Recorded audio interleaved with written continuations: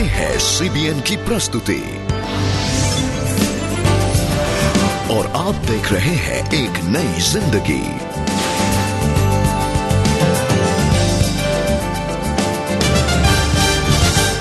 आज एक नई जिंदगी में माइकल पैसे के पीछे भाग रहे हैं और उनके कर्जदार उनके पीछे भाग रहे हैं और फाइनेंस पर मिस्टर चिदम्बरम के साथ खास बातचीत। असतो मा सद्गमय तमसो मा ज्योतिर्गमय मृत्योर्मा अमृतंगमय।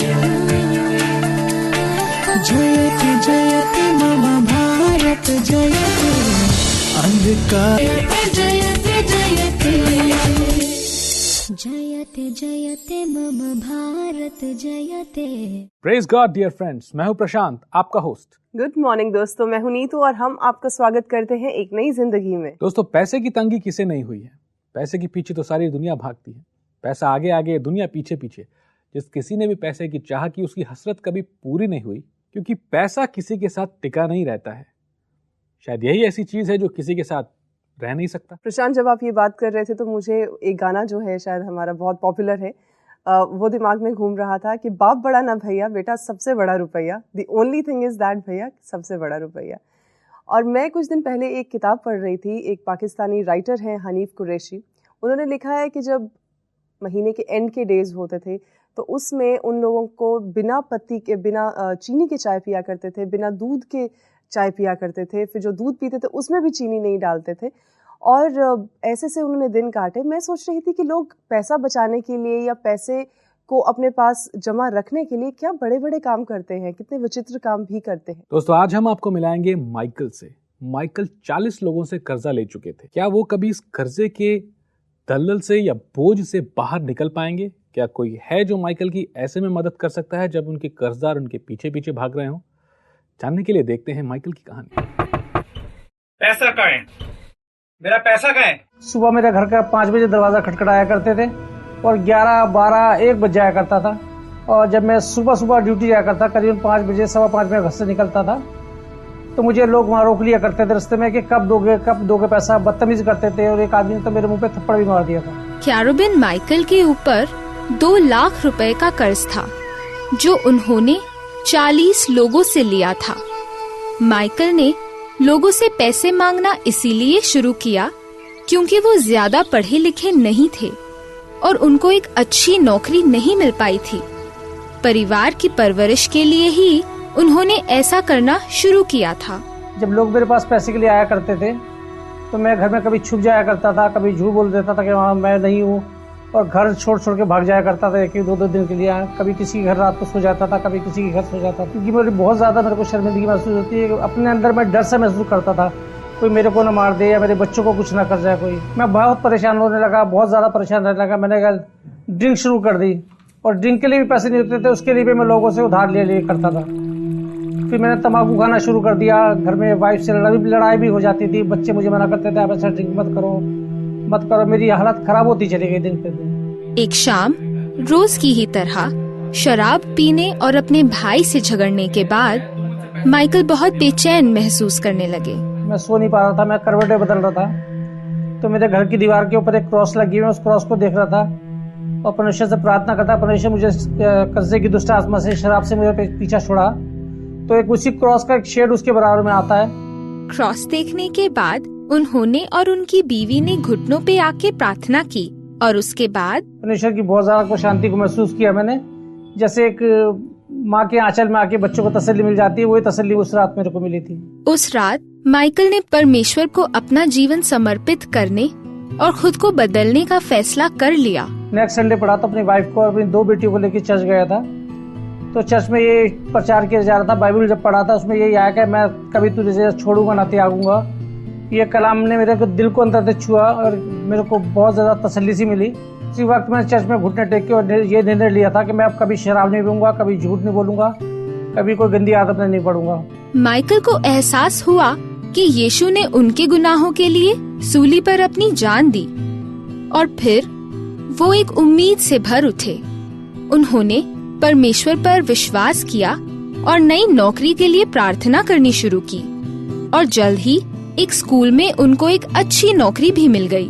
फिर उसके बाद रेगुलर हम चर्च जाने लगे। परमेश्वर की उपासना करने लगे, व्रत भी रखने लगे। जैसे होता है कि आप लोग फ्राइडे हम लोग व्रत भी रखने लगे, मैं और मेरी वाइफ, मेरी बड़ी वाली बेटी। तो हमें उसके बाद बड़ी तसल्ली सी मिलती चली गई। परमेश्वर की आशीष से माइकल ने अपना सारा कर्ज चुका दिया।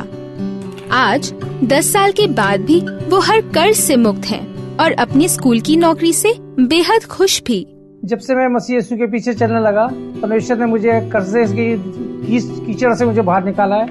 अब मेरे अंदर कोई गुस्सा नहीं है, मैं खुश रहता हूँ, मेरे अंदर कोई निराशा नहीं है और मैं किसी से डरता भी नहीं। मैं अच्छी तरीके से अपने बच्चों का और अपनी पत्नी का, अपने पूरे परिवार का ध्यान रखता हूँ और हमें हर तरीके की आज़ादी है, एक फाइनेंशियली नहीं लेकिन आत्मा भी आज़ादी है हमारे अंदर। दोस्तों, माइकल की कहानी हमें ये बताती है, भले ही पैसा आज लोगों के लिए बहुत महत्वपूर्ण है, लेकिन वो सबसे बड़ा नहीं है। सबसे बड़ा है परमेश्वर, जो हर एक चीज मुहैया कर सकता है, चाहे पैसे हों या ना हो, because he is our provider. जी हाँ, बिल्कुल प्रशांत, क्योंकि वचन भी हमें यही बताता है कि हम अगर अपनी आंखें घुमाकर देखें तो जो पक्षी हैं, जो पशु हैं, उनको भोजन कहाँ से मिलता है? उन्हें भी तो कोई प्रोवाइड करता है और वो करता है परमेश्वर पिता। तो जब उन सबों को परमेश्वर प्रोवाइड कर सकते हैं तो हम तो परमेश्वर के अपने बच्चे हैं, अपनी संतान हैं, तो वो हमें क्यों ना अच्छी चीजें प्रोवाइड करेगा। दोस्तों, जैसा माइकल के जीवन में परमेश्वर ने किया, अगर आप भी माइकल के जैसी स्थिति में हैं तो आज समय है अपना जीवन प्रभु को सौंपने के लिए। परमेश्वर आपके जीवन की हर एक जरूरत पूरी करेगा, लेकिन अपने तरीके से। आपको अपना तरीका छोड़ना पड़ेगा। Always remember, God is a provider. हम आपके लिए प्रार्थना करते हैं। अपनी आंखों को बंद करें। प्रभु, हम प्रार्थना करते हैं हमारे सभी व्यूअर्स के लिए जो माइकल जैसी समस्या में हैं। प्रभु, इन सब लोगों को आप देखें प्रभु, इनकी आर्थिक ज़रूरत को पूरा करें प्रभु यीशु मसीह। प्रभु, जिस कारण से ये इस मुसीबत में फंसे हुए हैं, प्रभु इन्हें अनुग्रह दें और ज्ञान दें प्रभु, ताकि ये दोबारा इसमें ना फंसें। प्रभु, हम प्रार्थना करते हैं आपका छुटकारा आर्थिक रीति से इनके जीवन में आ जाए परमेश्वर, क्योंकि प्रभु आपका वचन कहता है आप हमें सामर्थ्य देते हैं काम करने की, धन कमाने की। प्रभु, इन सभी लोगों को हम आपके हाथों में सौंपते हैं। इन सब के जीवन में शांति आ जाए परमेश्वर पिता। सारी आदर महिमा आपको देते हैं, यीशु मसीह के नाम से मांगते हैं, आमीन। आमीन। दोस्तों, परमेश्वर ने हमें इसलिए रचा कि हम उसके साथ संगति करें, इसलिए नहीं कि हम कुछ सही या कुछ गलत करके पैसा कमाएं और फिर गलत काम करके उन्हें जोड़ें। लेकिन परमेश्वर ये चाहता है कि जो चीज़ हमारे पास है, चाहे वो पैसा ही क्यों नहीं है, हम उसे इंटेग्रिटी यानी सच्चाई और खराई के साथ कमाएं और सच्चाई और खराई के साथ ही उसे स्पेंड भी करें। अगर आप परमेश्वर की इस वर्च्यू को और सीखना चाहते हैं और जानना चाहते हैं तो आप हमसे संपर्क करते समय आशीष रायचूर की ये किताब इंटेग्रिटी, जो कि हिंदी और इंग्लिश में आपके लिए अवेलेबल है, हिंदी में इसका शीर्षक है सच्चाई, ये आप हमसे मंगवा सकते हैं। दोस्तों, अगर आपकी कहानी माइकल के जैसे है या माइकल के जैसे आपका कोई अनुभव है तो अपने अनुभव को, अपनी कहानी को हमारे साथ बांटिए। या अगर आप हमसे संपर्क करना चाहते हैं तो हमारी वेबसाइट cbnindia.tv पर लॉग ऑन कर सकते हैं या हमारे प्रार्थना भवन में कॉल कर सकते हैं। जी, हमें आपके संपर्क का इंतजार है, लेकिन अभी समय है एक छोटे से ब्रेक का। आपके लिए बहुत कुछ बाकी है इस कार्यक्रम पर, लेकिन इस ब्रेक के बाद मिस्टर चिदम्बरम से जानेंगे कि पैसा हमारे हाथ में कैसे टिक सकता है। ब्रेक के बाद आपका स्वागत है और आप देख रहे हैं एक नई जिंदगी। आज हमारे साथ एक बहुत ही स्पेशल मेहमान है मिस्टर चिदम्बरम। मैं आपको मिस्टर चिदम्बरम के बारे में कुछ बताना चाहती हूँ कि वो फाइनेंस के क्षेत्र में उनको बहुत ही गहरा अनुभव है। वो ऑपरेशन अगापे के साथ और लुधियाना के और कई संगठनों के साथ एज अ चीफ एडमिनिस्ट्रेटर और फाइनेंस डायरेक्टर रह चुके हैं। Currently he is working as a management consultant और ये एक ट्रेनर भी हैं। और एक चीज जो सबसे ज्यादा सराहनीय है वो ये है कि मिस्टर चिदम्बरम अपने सारे फाइनेंशियल स्टेटस को बिब्लिकल तरीके से, बिब्लिकल सिद्धांतों के ऊपर आधारित करते हैं। आइए इनसे मुलाकात करते हैं। सबसे पहले तो mister Chidambaram, we welcome you to our show sir. Thank you so much for coming. Mister Chidambaram, basically आज का जो हमारा शो है, कार्यक्रम है, उसका हमने शीर्षक जो है मैं आपसे शेयर करती हूँ कि आपके हाथ में पैसा क्यों नहीं टिकता, ये उसका शीर्षक है। तो आपको क्या लगता है कि मेन रीजंस क्या हैं कि लोग फाइनेंशियल क्राइसिस में चले जाते हैं? आजकल इतना एक मीडिया का एक कारण है, एडवर्टाइजमेंट है, लोगों को एक प्रकार का एक संतुष्ट को खत्म कर दिया। क्या है, उस स्थिति में कुछ नहीं रखते, बोल रहे कब तक वो चीज़ आपके पास नहीं है आपको जीवन में कुछ भी नहीं। सो एक मटेरियलिज्म ये इतना तक लोगों को प्रभावित कर दिया। सो इसलिए वो सोचते हैं कि वो मेरे पास ये भी होना चाहिए, चीज़ को ज़्यादा प्यार करने लगा। दैट मीन ज़रूरत से बढ़कर मुझे ये चाहिए, उसको कारण से है ज़्यादा खर्च उनको हो जाता है। क्रेडिट कार्ड सिस्टम आ गया, बैंक देते हैं और लोग बोलते हैं दुकानदार ठीक है आप सामान ले जाइए, बाद में पैसा दे दिए, कोई प्रॉब्लम नहीं है। सो इसलिए लोगों के एक प्रकार का आदत पड़ चुका है आमदनी से ज़्यादा खर्च करने का। फिफ्थ दूसरा रीज़न ये है, कोई लोगों के पास स्पेंडिंग और तो करते हैं बट सेविंग प्लान है नहीं, कितना आता है उतना खर्च कर देते। बचत करना है, कुछ हमारे इमरजेंसी समय के लिए हम लोग अलग निकाल कर रखना है, उसमें भी लोग फेलियर हो जाते हैं। कितना आया उतना खर्च कर दिया, सो महीना खत्म होने के पहले सब पैसा खत्म आ जाते हैं, फिर उधार लेने के एक आदत लोगों को जीवन पर आ जाता है। सो ये भी एक कारण है। तो मिस्टर चिदम्बरम, जैसे आप अभी बता रहे थे कि लोग स्पेंड ज़्यादा करते हैं, सेव नहीं करते हैं, उसकी वजह से फाइनेंशियल क्राइसिस में आ जाते हैं, तो आपने ऑब्वियसली नोटिस किया होगा कि लोगों की क्या क्या स्ट्रेस लेवल होते हैं, या वो स्ट्रेस में ऐसा क्या करते हैं जब वो क्राइसिस में आते हैं? तो घर में सबसे ज़्यादा लड़ाई आर्थिक आवश्यक बेस पर होता है, फाइनेंशियल मैटर होता है कि घर में सबसे ज़्यादा लड़ाई होता है। ना जब पैसे का प्रॉब्लम घर में आ जाता है कि फर्स्ट थिंग्स है तो always there is a fight at home, घर में लड़ाई होगा, वो आदमी उससे झगड़ा होगा, ये हम काफ़ी परिवार में देखो, उसका कारण से एक रिलेशनशिप आपस में रिश्ता वो भी खराब हो जाता है। दूसरा ये है लोग एक चिंतित और बहुत दुख में चला जाता है, एक प्रकार का वरीज एंड टेंशन होकर एक विद्रॉ कर देते हैं सोसाइटी से, लोगों से, एक लोनली अपना जीवन पर अलग हो जाता है। ना तो ये भी हम देखा लोगों को जीवन पर एक अपने ऊपर एक कॉन्फिडेंस है, एक विल पावर खत्म हो जाता है, बोलते मैं तो हार गया हूँ, अभी तो मेरा लाइफ खत्म हो गया। देन स्टार्ट ब्लेमिंग अदर्स, बोलेगा मेरा परिस्थिति के कारण आप है, आपका कारण से, और मेरा ऑफिस का कारण से, लोगों को कारण से। सो स्टार्ट ब्लेमिंग एटीट्यूड उनका जीवन पर वो आ जाता है। मिस्टर चिदम्बरम, एक बहुत ही इम्पोर्टेंट चीज़ जो मैं आपसे पूछना चाहती हूँ कि बाइबल में भी देने के सिद्धांत के बारे में बहुत बार चर्चा की गई है, बताया गया है। How important it is to give, जैसे कि टाइट्स में या भेंटों में, और कितना समझदारी के साथ हमें ये काम करना चाहिए? बाइबल में लिखा गया, मलाकी चैप्टर में पुस्तक में लिखा गया, आप नहीं देते हैं प्रभु को, आप चोरी करते हैं। सो आप किसने अपने टाइट नहीं देते गए, दान नहीं करते गए, हम प्रभु को पैसे को हम चोरी करते गए। सो बाइबल ये सिखाता है अपना टाइट को, अपना बेट को आप अपना भंडार पर लेकर आने के लिए। सो आपका भंडार है आपका लोकल कलीसिया, कहाँ भी आप मिलते गए, क्योंकि वही कलीसिया है आपको देखभाल करेगा, क्योंकि उस भंडार सबका भोजन खिलाता है, आत्मिक और शारीरिक जरूरत को भी पूरा करेगा। सो कोई नहीं देते गए वो चोरी करता है। ना नया नियम में भी बाइबल ये कहता है कि नया नियम एक ग्रेस, अनुग्रह का आधार पर है। हम ये नहीं तो अब प्रभु पनिशमेंट करेगा, हमको दंड दे देगा इसलिए हम देना नहीं, ये तो एक हमारे लिए एक मौका होता है।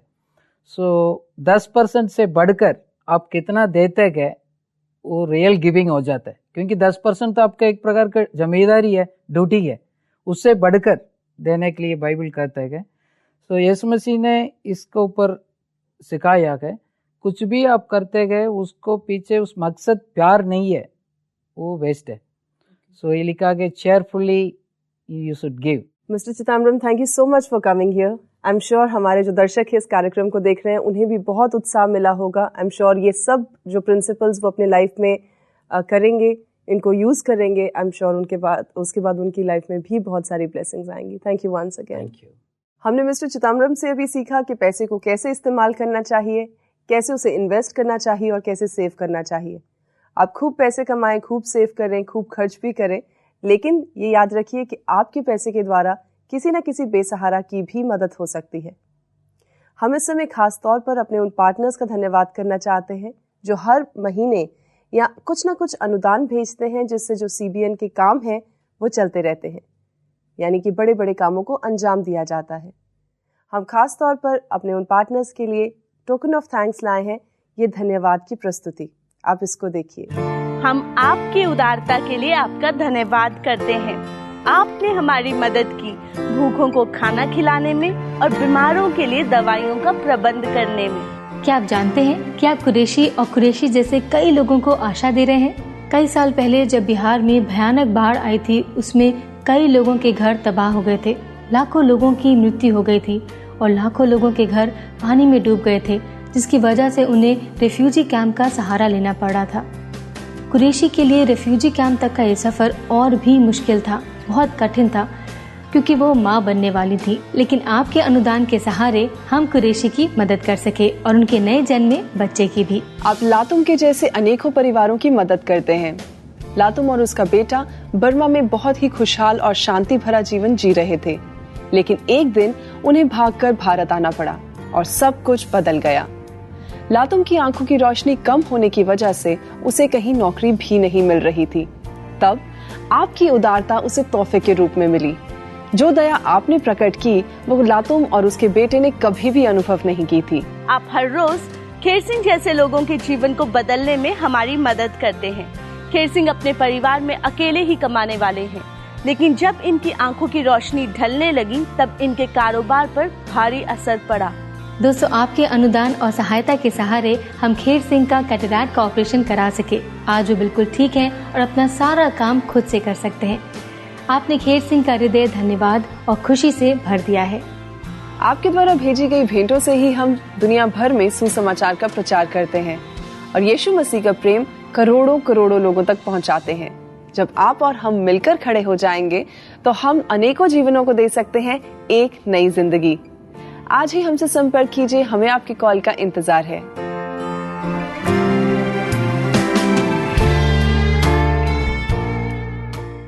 आप में से जो लोग अभी तक हमारे साथ नहीं जुड़े हैं, हम उनको एनकरेज करना चाहते हैं कि आप भी हमारे सहभागी बनिए। आप भी अपनी उदार भेंटों के साथ इन बड़े बड़े कामों को अंजाम दीजिए। आप अपना अनुदान हमें चेक, डीडी या मनी ऑर्डर के द्वारा सीबीएन फाउंडेशन के नाम पर इस पते पर भेज सकते हैं। हमारा पता है CBN foundation, peach tree complex, 3rd floor, block C, Sushant Lok 1, Gurgaon, Delhi NCR 122009, India. Online donations के लिए हमारा पता है www.cbnindia.tv। तो देर किस बात की, अपने पे तो हम हमेशा खर्च करते हैं। क्यों ना आज किसी के चेहरे पर मुस्कुराहट लाई जाए, किसी ऐसे को अपनी आशीष दी जाए जिसे उसकी जरूरत है। हम खास तौर पर इस समय अपने पार्टनर्स के लिए लाए हैं एक टोकन ऑफ थैंक्स, ये स्पेशल VCD। इसका नाम है मृत्यु के उपरांत जीवन। ये इंग्लिश में भी आपके लिए अवेलेबल है, जिसका नाम है लाइफ बियॉन्ड द ग्रेव। ये बहुत ही स्पेशल VCD है। ट्रस्ट मी फ्रेंड्स, मैंने खुद ये देखी है और मैं बहुत ही मोटिवेटेड हुई हूँ, क्योंकि इसमें उन लोगों की कहानियां हैं जिन्होंने मौत को देखा, मौत के बाद के जीवन को भी चखा है। और इसमें साथ ही साथ हमारे फाउंडर डॉक्टर पैट रॉबर्टसन के साथ भी बातचीत है और वो बहुत ही मोटिवेशनल चीजें आपको इसमें बताते हैं। तो आप हमसे जल्द ही संपर्क कीजिए, देर मत कीजिए। अभी समय है एक छोटे से ब्रेक का। आप कहीं मत जाइएगा, हम लौटेंगे इस छोटे से ब्रेक के बाद। आपके संदेश पढ़ेंगे और आपके लिए प्रार्थना करेंगे ब्रेक के बाद।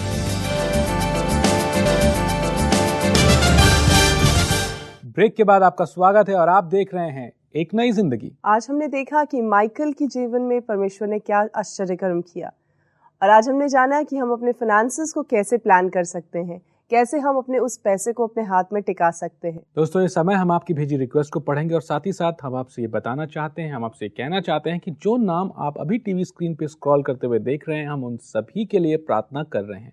तो निश्चिंत रहिए, आप सभी के लिए प्रार्थना हो रही है। आइए आपकी रिक्वेस्ट को पढ़ते हैं। हमारे पास एक SMS है जो सविता जी का है और ये लिखती हैं कि मेरे परिवार के लिए प्रार्थना करें क्योंकि मेरे परिवार में अक्सर झगड़े होते हैं। सविता, आप परमेश्वर पे विश्वास करें। परमेश्वर जो है उसको हम कहते हैं हिंदी में यहोवा यीरे, यानी कि पूर्ति करने वाला। आपके परिवार में जिस चीज़ की कमी है, जिसकी वजह से झगड़े हो रहे हैं, उस चीज़ की पूर्ति यहोवा ज़रूर करेंगे। जी बिल्कुल। और साथ ही साथ हमारे पास सत्यवती लिखती हैं कि वो फाइनेंशियल प्रॉब्लम से होकर गुजर रही हैं, और कपिल भी लिखते हैं कि पिछले 40 सालों से उनका जो परिवार है वो फाइनेंशियल प्रॉब्लम से होकर गुजर रहा है। तो हम सत्यवती के लिए प्रार्थना करेंगे, कपिल के लिए प्रार्थना करेंगे और अगर आज आप भी ऐसी कंडीशन में हैं तो आपके लिए भी प्रार्थना करेंगे। आइए दुआ करें। हे जिंदा खुदावन प्रभु, एक बार फिर हम आपकी पवित्र और पाक हुजूरी में आते हैं। खुदावन यीशु मसीह के नाम से प्रभु जी, हम सत्यवती के लिए, कपिल के लिए और तमाम उन दर्शकों के लिए जो इस कार्यक्रम को देख रहे हैं और किसी भी तरह की आर्थिक तंगी से होकर गुजर रहे हैं, खुदावन उनके लिए आपकी स्पेशल प्रोविजन मांगते हैं। होने दीजिए प्रभु कि आप उनके जीवन में अद्भुत रीति से प्रोवाइड कीजिए प्रभु, ताकि वो अपने आप को खुदावन उन कर्जों से, उन बर्डन से, उन ऋणों से बाहर निकाल सके, जिससे प्रभु वो अपनी जिंदगी को बंधा हुआ महसूस कर रहे हैं। होने दीजिए प्रभु जी कि आप उनको एक अच्छी समझ बूझ का आत्मा दीजिए, उन्हें वो फाइनेंशियल अंडरस्टैंडिंग के लिए प्रभु समझ और ज्ञान दीजिए, ताकि प्रभु वो उस पैसे को जो आप उन्हें प्रोवाइड करें उसको सुचारू तरीके से इस्तेमाल करने वाले हो जाएं। हर तरह की फाइनेंशियल बॉन्डेजेस, हर तरह की फाइनेंशियल कर्सेस को, हर तरह की उस बात को जो इनके खिलाफ कही गई है जिससे ये पैसा रुका हुआ है, उसे खुदावन यीशु मसीह के नाम से हम उनके जीवन से अलग करते हैं। खुदावन, अगर किसी का पैसा रुका हुआ है और आज वो इस कार्यक्रम को देख रहे हैं और विश्वास कर रहे हैं, तो प्रभु हम आपकी ओर से उनके वो रुके हुए पैसे को रिलीज करते हैं खुदावन यीशु मसीह के नाम से। प्रभु आपका धन्यवाद करते हैं, सारी महिमा, बुजुर्गी और जलाल आपके नाम को देते हैं, खुदावन यीशु मसीह के नाम से मांगते हैं। परमेश्वर पिता, हम प्रार्थना करते हैं सविता के लिए और इनके परिवार के लिए। प्रभु, इनके परिवार में झगड़े होते हैं, हम दुआ करते हैं इस समय पिता यीशु मसीह की शांति इनके परिवार में इसी समय आ जाए। प्रभु, हम प्रार्थना करते हैं कि जिस चीज़ की कमी है इनके परिवार में, उस चीज़ को आप पूरा कर दें पिता, इनकी हर एक ज़रूरत को पूरा करें परमेश्वर। सारी आदर महिमा आपको देते हैं, यीशु मसीह के नाम से मांगते हैं, आमीन आमीन। दोस्तों, जब हम प्रार्थना करते हैं, हम सभी चीज़ों के लिए प्रार्थना करते हैं, लेकिन हमें हमारे फाइनेंस के लिए प्रार्थना करना बहुत ज़रूरी है, क्योंकि ये ऐसी ज़रूरत है जिसको हम परमेश्वर के सामने लाने से हिचकिचाते हैं, लेकिन वो तो हमारा पिता है और वो पूर्ति करता है। तो फाइनेंस के लिए निरंतर प्रार्थना करिए और उसे परमेश्वर के सम्मुख रखिए। तो देखते हैं आज परमेश्वर का वचन हमसे क्या बात करता है। सबोपदेशक की किताब उसका 11वां अध्याय, उसका पहला पद, जिसमें लिखा है, अपनी रोटी जल के ऊपर डाल दे, क्योंकि बहुत दिन के बाद तू उसे फिर पाएगा। बेसिकली दोस्तों, ये आयत का मतलब है कि हम सेव करें। जब हम सेव करेंगे, जितना हम सेव करेंगे, फिर हम उसे यूटिलाइज कर सकते हैं जब हमें विपत्ति पड़ती है या जब उसकी दोबारा जरूरत पड़ती। अगर कोई आपको बचत करने के लिए कहता है, then it's according to the word of God। आपसे बात करते करते समय कैसे बीत जाता है बिल्कुल भी पता नहीं चलता। दोस्तों, अगर आप हमसे संपर्क करना चाहते हैं तो हमारी वेबसाइट cbnindia.tv में लॉग ऑन कर सकते हैं या हमारे प्रार्थना भवन में कॉल कर सकते हैं। हम आपके लिए प्रार्थना करेंगे और आप हमें SMS भी करके अपने प्रार्थना निवेदन भेज सकते हैं। जी हाँ, लेकिन आज के लिए बस इतना ही। हमें उम्मीद है कि जो चीजें आज आपने सीखी हैं उन्हें अपने जीवन में जरूर लागू करेंगे। जब तक हम दोबारा मिले, तब तक के लिए जय मसीह की। जय मसीह। असतो मा सद्गमय तमसो मा ज्योतिर्गमय मृत्योर्मा अमृतंगमय। जयति जयति मम भारत जयति। अंधकार हर ले, ज्योतिर्मय कर दे। प्रेम गीत में क्षमा की लय पर एकता का स्वर दे। जयते